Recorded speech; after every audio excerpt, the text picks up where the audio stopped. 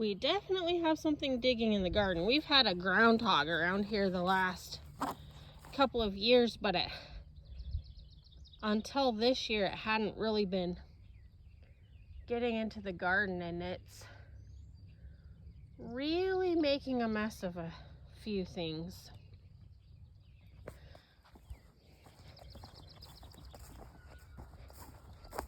Really making a mess.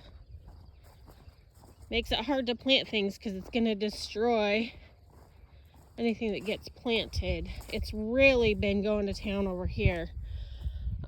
Used to stay kind of on the west side of the property, but not anymore.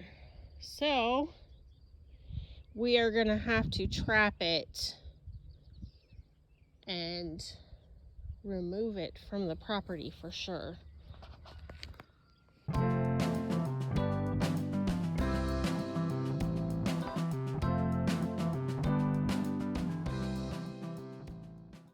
This morning we're going to put some pumpkins in the ground that I started inside from seed. I'll take you along as we do that. And then after we get all these in the ground, I'll go ahead and show you the rest of the lavender garden update. Not much to see, but I'll show you what there is.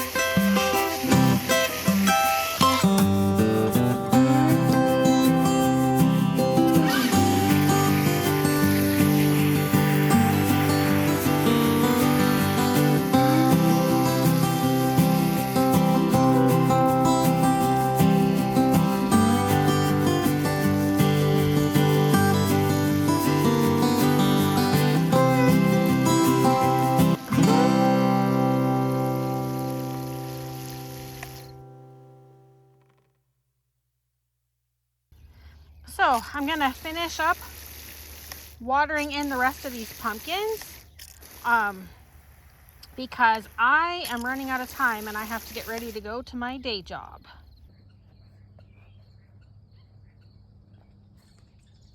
I just wanted to come out and check on this little garden out here before I went to work today. It's kind of exciting. The Russian sage is getting some little purple flowers, and it's looking better. It's starting to come out of its shock from transplant and too much water. We still have some brown leaves, but it is definitely looking a lot better. But this whole stalk is going to be bloomed out here real soon. Real pretty. Real pretty.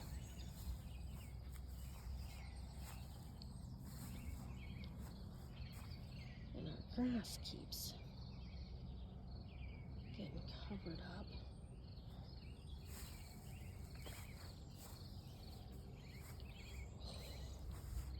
I know you're over here somewhere. There you are. The chickens covered up my grass here. It's getting really nice and thick also, as is this one. Getting really nice, and it's just gonna be, this is just gonna be real pretty in this garden because of the different texture compared to all of the other, because all of the other leaves are kind of,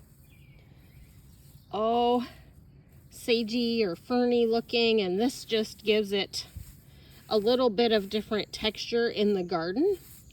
Create some interest there. Hopefully it looks like I envision. Oh, these are getting closer too. Closer to blooming. And of course the Shasta daisies are just going crazy with their blooms. You guys, if you want something really easy, Shasta daisies are the thing.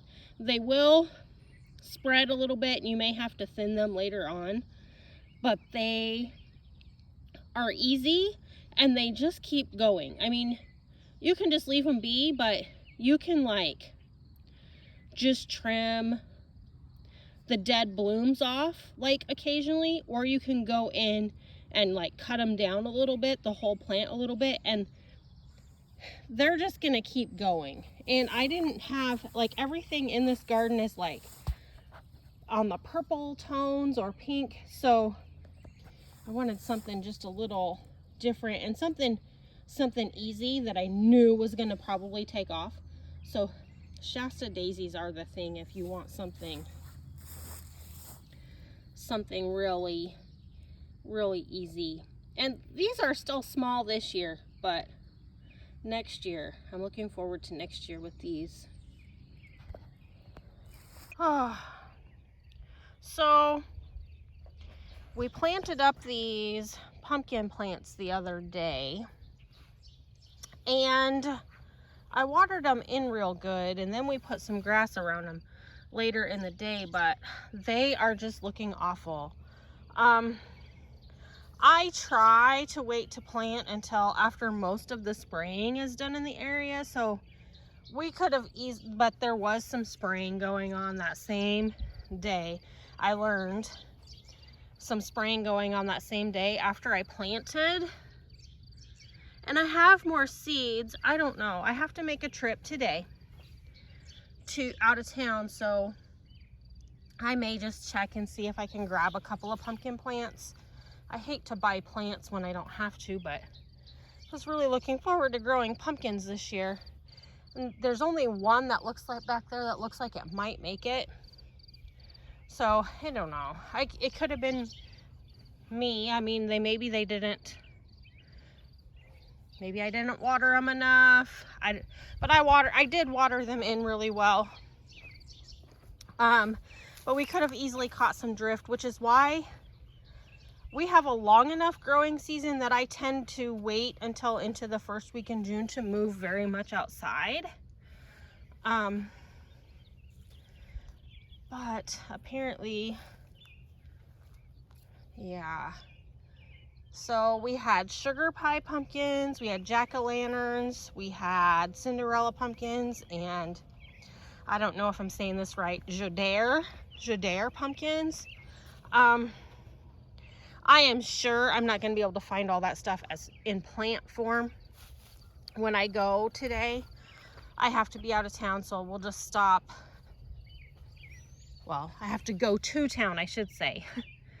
So we'll just stop and see if we can't find something and stick them in the ground again. I'm glad I didn't have the tomatoes in the ground yet. Those to me seem to be the most susceptible to drift, any spray drift that we may get. When they spray, I mean, they can do what they want, it's their land, but when they spray, that stuff can drift a very long way. You can kind of smell it in the air when they do.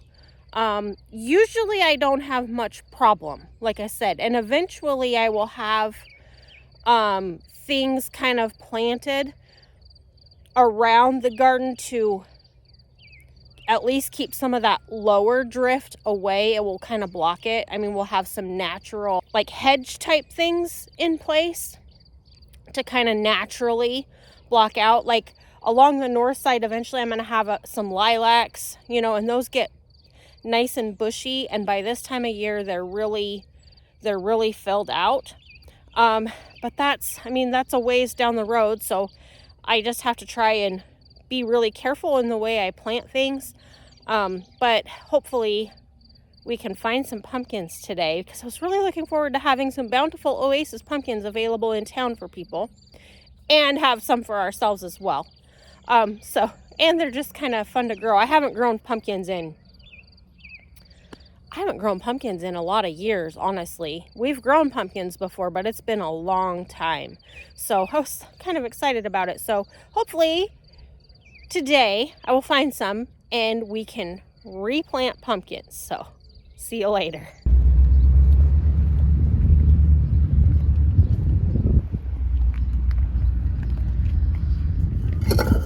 Those are pretty. I like those.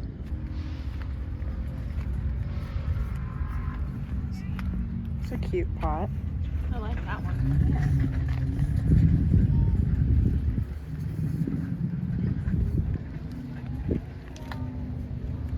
We got these. Like that one. Chickens. Look at them. I know, they're fun. Well, yeah, you better like. Oh, chickens. look at the little dinosaurs. I saw those. Those are cute. Look at the goats. Oh, they're all just spot welded. That's fun. With the whole, like, you got to choose what you went to.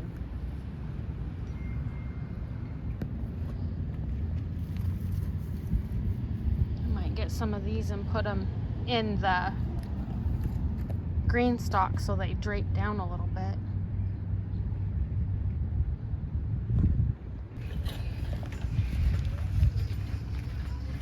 I want Panda Express for lunch. Panda Express? Yeah. I think we could probably do I that. like their veggie rolls. Oh, I think that's the same lavender that I just planted. Yeah, didn't you get your lavender from here? No, Wesley got it for me in Lincoln. Yeah, our blooms that are going to look like that. Yeah. I know somebody got lavender when we were here last time.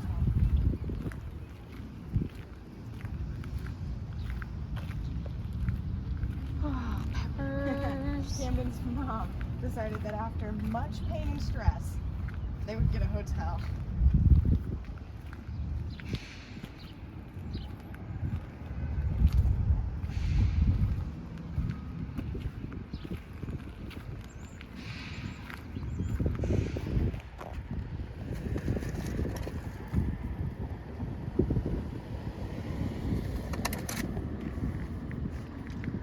Those sweet potato vines are pretty.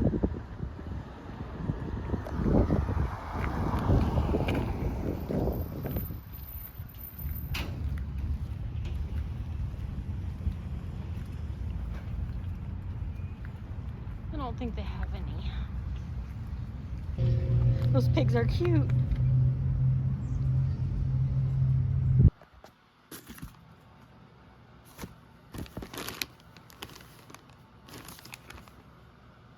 I was unable to find any already started pumpkins on my trip to town. I've never looked for pumpkin plants before because I don't, even when I've grown pumpkins in the past, I've never bought plants. But these guys definitely are not going to make it. So we're going to start over. Most of these seeds have a growing season that's shorter than what we have here. We have a pretty long growing season. So the Jarradell, I'm not sure if I'm saying that right. 100 days. The Cinderellas are 90 to 99 days. The Sugar Pie is really short, 80 to 89 days. And then the Jack-o'-lantern is the only one I'm a little, it's 110 to 119 days. So these guys aren't gonna have as long, so we may not get as many or get as big. And the seeds I'm all planting today I got from, I believe I ordered these from True Leaf Supply. I planted some seeds from them last year also from a couple of different things that I grew and did fine with them. So I ordered a few more this year and they had some interesting pumpkins. I'm gonna get these planted and then hopefully we'll have sprouts really soon. They tend to sprout pretty fast. So away we go.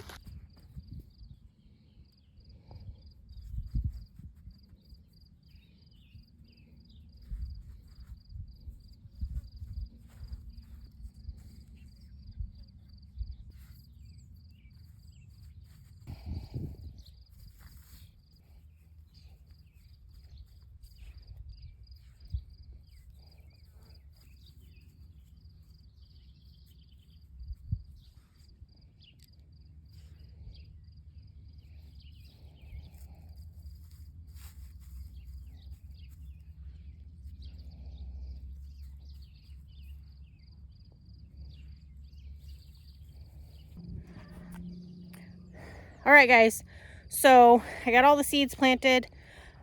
I did not have any Cinderella pumpkin seeds left, so we planted the Jarradell, the Jack-o'-lantern pumpkins, and the pumpkin pie pumpkins. So I'm going to get those watered in.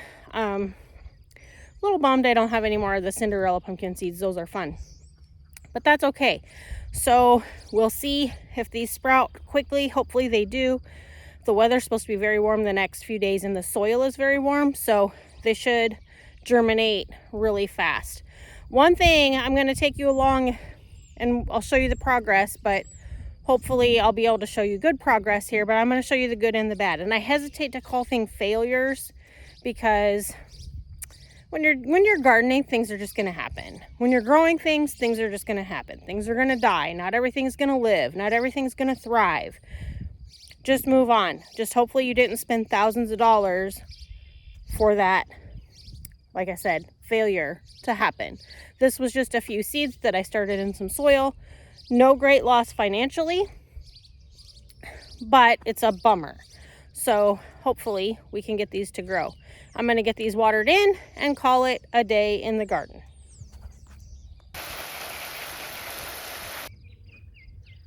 All right, guys, that's it for this one. Thanks for joining me over the last couple of days as we navigated our pumpkin catastrophe, which wasn't a huge major deal. We'll either have pumpkins this fall or we won't. We'll find out soon if we're going to have some plants.